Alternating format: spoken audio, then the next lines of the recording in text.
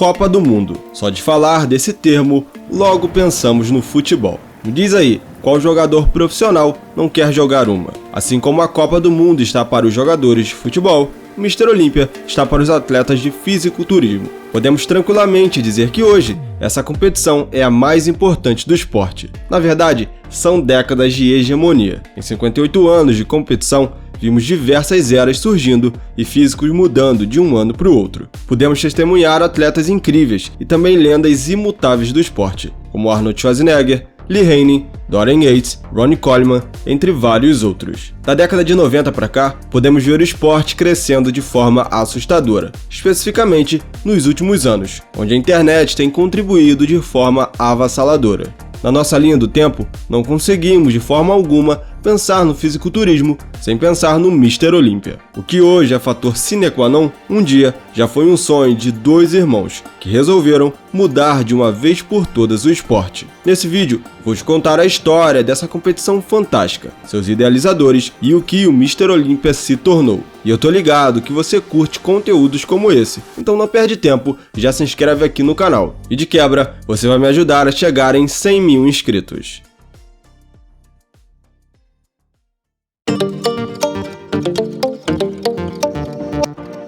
O ano era 1964 e o Mr. Universo representava o maior prestígio do fisiculturismo, e isso incomodava os irmãos Wader. Essa competição estava tão em alta que até Arnold competiu. Claro, ele ainda era bem jovem, mas lendas como Bill Pearl, Greg Park e Steve Reeves marcaram presença. O canadense Joe Wader tinha um sonho, na verdade, tinha vários, como criar um império editorial, levar o esporte do fisiculturismo e fitness para o mainstream, cofundar a International Federation of Bodybuilders e criar o auge da competição de fisiculturismo, concurso Mr. Olympia. Bom, os irmãos Wader eram dois visionários que queriam expandir o esporte cada vez mais. Com muitos sonhos, eles traçaram metas e trouxeram esses planos para a vida real. E em 1946, há cerca de 77 anos atrás, a IFBB foi fundada pelos irmãos Ben e Joe Wader, em Montreal, Canadá, sob o nome de Federação Internacional de Fisiculturistas, que tempos depois, mais precisamente em 2004, foi renomeada para a Federação Internacional de Culturismo e Fitness. Porém,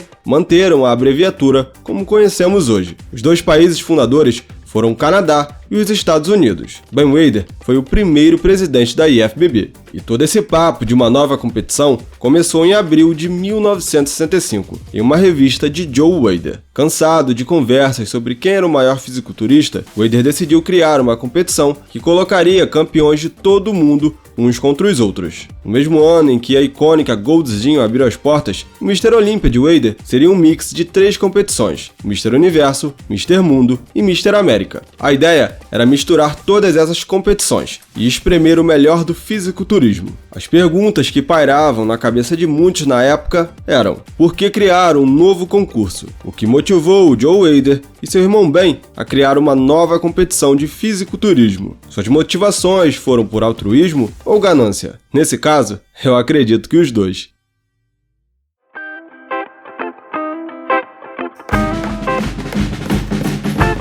Na primeira metade do século XX, houve um grande número de competições de fisiculturismo. Entre todas essas competições locais, regionais e internacionais, 3 títulos se destacaram como os mais desejados: o Mr. Universo, Mr. Mundo e o Mr. América. No entanto, devido ao fato dessas competições serem realizadas em diferentes momentos no ano, em diferentes locais e com diferentes regras, era raro um competidor conquistar os 3 títulos. Por exemplo, em 1965, Sergio Oliva era o Mr. Mundo, David Draper era Mr. América e Maynard era o Mr. Universo. Isso gerava um problema semelhante ao que ocorria no boxe profissional, onde vários campeões poderiam existir na mesma categoria de peso. E algumas pessoas começaram a sugerir que sem um campeão incontestável, fisiculturismo como esporte poderia sofrer. Além disso, era bizarro que os campeões não podiam defender seus títulos. Uma vez que um competidor se tornava Mr. América, por exemplo, ele não poderia mais competir nesse concurso novamente. Essa regra claramente irritava Joe Wader. Escrevendo na revista Muscle Builder, em abril de 65, Wader comparou Larry Scott, que havia conquistado todos os títulos possíveis aos 24 anos, como Alexandre o Grande, que aos 33 anos disse que não havia mais nada a conquistar.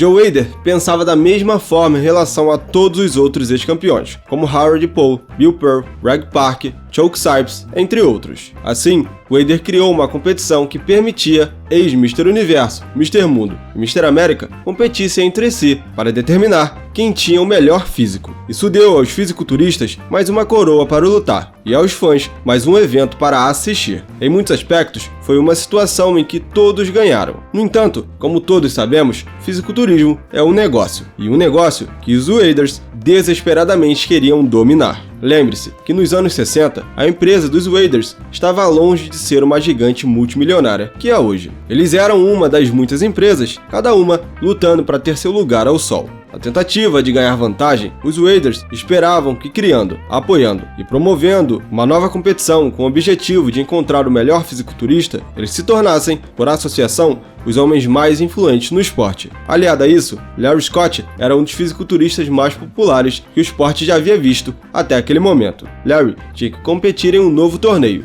financiado e organizado inteiramente pelos Weiders. Foi uma decisão arriscada, mas hoje sabemos que deu muito certo. Hoje em dia, o Mr. Olympia é considerado o evento de fisiculturismo do ano, com fãs do esporte de todas as competições convergindo para assistir. Para os fãs do esporte, o primeiro Mr. Olympia não teve um começo muito bom. Dois dos maiores nomes do fisiculturismo na época, Bill Pearl e Greg Park, declinaram o convite para competir no concurso de setembro. Foi um golpe duro para os Weiders, mas independentemente disso, eles seguiram em frente, garantindo as participações de Larry Scott, Howard Paul, Maynard, entre outros. Realizado no final da competição da IFBB daquele ano, o primeiro Mr. Olympia não decepcionou. Na verdade, aqueles que tiveram a sorte de conseguir o ingresso para o evento, realizado no Brooklyn Academy of Music em setembro de 65, foram tratados com uma das atmosferas mais eletrizantes que uma competição de fisiculturismo já testemunhou. Larry Scott foi coroado o primeiro Mr. Olympia e recebeu um prêmio em dinheiro de $1.000 e uma coroa. O icônico troféu Sandal só foi concedido a partir de 1977. Scott consolidou seu lugar como uma lenda do fisiculturismo. Os fãs do esporte viram Larry conquistar a coroa pela segunda vez em 1966.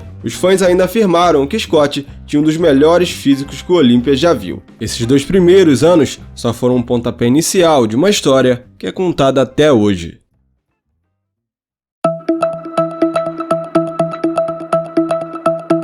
Logo após o Golden Boy Larry Scott se aposentar, o cubano Sérgio Oliva venceu o concurso em 3 ocasiões. Com a chegada de Arnold Schwarzenegger às costas americanas, o concurso Mr. Olympia estava a caminho da verdadeira proeminência. Com a 5ª vitória de Arnold em 1975, o Olympia logo atrairia mais atenção do que nunca. Porém, levaria mais 2 anos para tal feito. Embora o fisiculturismo fosse conhecido na América, de forma alguma era um esporte popular. Na verdade, era um esporte que nem era considerado esporte. Isso mudou quando os jovens cineastas George Butler e Robert Fiore e o escritor Charles Gaines lançaram seu documentário dramatizado intitulado Pumping Iron, em 1977. Esse filme se tornou um favorito não só de fisiculturistas, mas também furou a bolha e trouxe o esporte para o mainstream, tornando o fisiculturismo mais humano e trazendo mais aceitabilidade. Depois de 1975, Arnold se aposentou do esporte. O sucesso de Pumping Iron apenas serviu para ajudar a impulsionar seu momento e aumentar a popularidade do Olympia. No final dos anos 70, viu Frank Columbo, o eterno segundo colocado, finalmente conseguir sua primeira vitória. Isso foi seguido pelo reinado de Frank Zinn, que mostrou que o condicionamento era tão importante quanto o tamanho quando se tratava de fisiculturismo. Na década de 80, o mundo do fisiculturismo estava animado para ver o fisiculturista mais popular de todos os tempos retomar seu título. Schwarzenegger era mais uma vez o Mr. Olympia. Após sua vitória, Arnold mergulhou completamente em sua crescente carreira cinematográfica e nunca mais competiu. Depois disso, o troféu Sandal mudou de mãos todos os anos. Schwarzenegger foi para Frank Columbo, depois para Chris Dickerson, depois para Samir Banu, até o reinado de Lee Haney começar em 1985.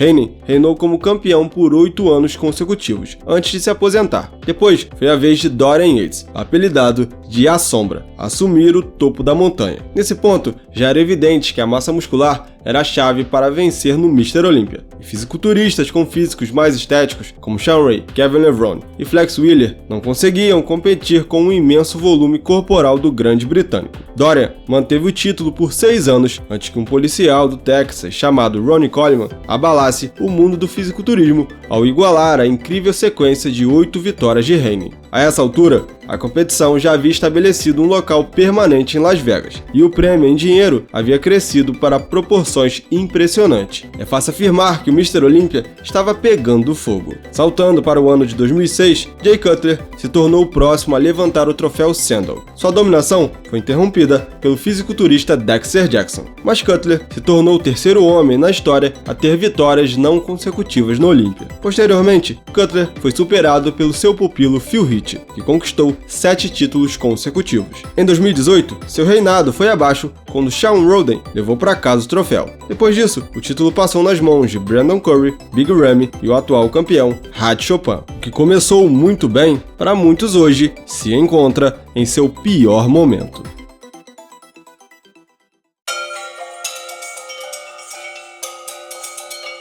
Se olharmos para o esporte desde o primeiro Olympia até hoje, podemos ver uma mudança absurda de físicos. Depois que descobriram a insulina, por volta dos anos 90, os monstros de volume muscular começaram a dominar o fisiculturismo de forma total. Que na década de 70 era um viés de estética e corpos mais naturais, hoje vemos atletas gigantescos como Nick Walker. Não podemos nos enganar. É claro que o esporte iria evoluir, mas muitos acreditam que essa evolução passou do limite. Se olharmos atentamente nos últimos anos, vivemos a era da guerra química, onde o volume tomou conta não só da principal competição do Mr. Olympia, mas também em categorias como, por exemplo, a Men's Physique. Outro ponto em que assusta é a quantidade de atletas montados com óleo. Sei que isso não vem de hoje. Há vários e vários atletas que fazem uso desse artifício para cobrir pequenas falhas. Só que visivelmente hoje em dia está demais. Atletas subindo sem corte muscular, sem fibrar ombros, braços e por aí vai. Os esteroides sempre fizeram parte do espetáculo, não tem como fugir, mas é assustadora a quantidade de gramas por semana que está sendo utilizado. Infelizmente, tivemos diversos casos de atletas abusando de substâncias em grande quantidade e pagando preço com a vida. E não para por aí. Há muitos relatos de lados obscuros do fisiculturismo, como fisiculturistas profissionais possuírem um esteticista ou cirurgião plástico para corrigir erros em seus corpos, ou até mesmo para ajudar a aprimorar certos grupos musculares. É aquilo, né?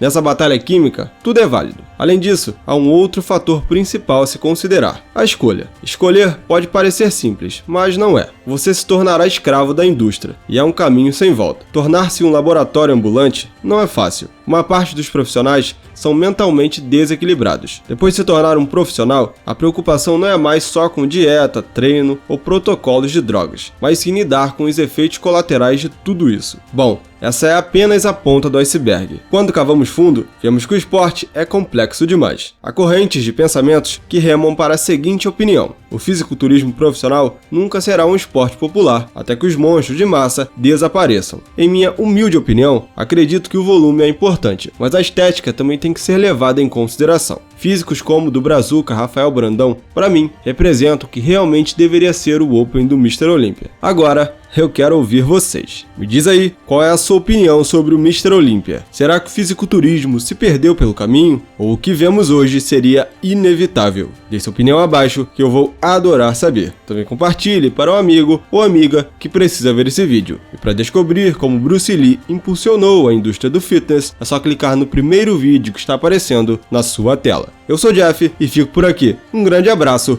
e até a próxima!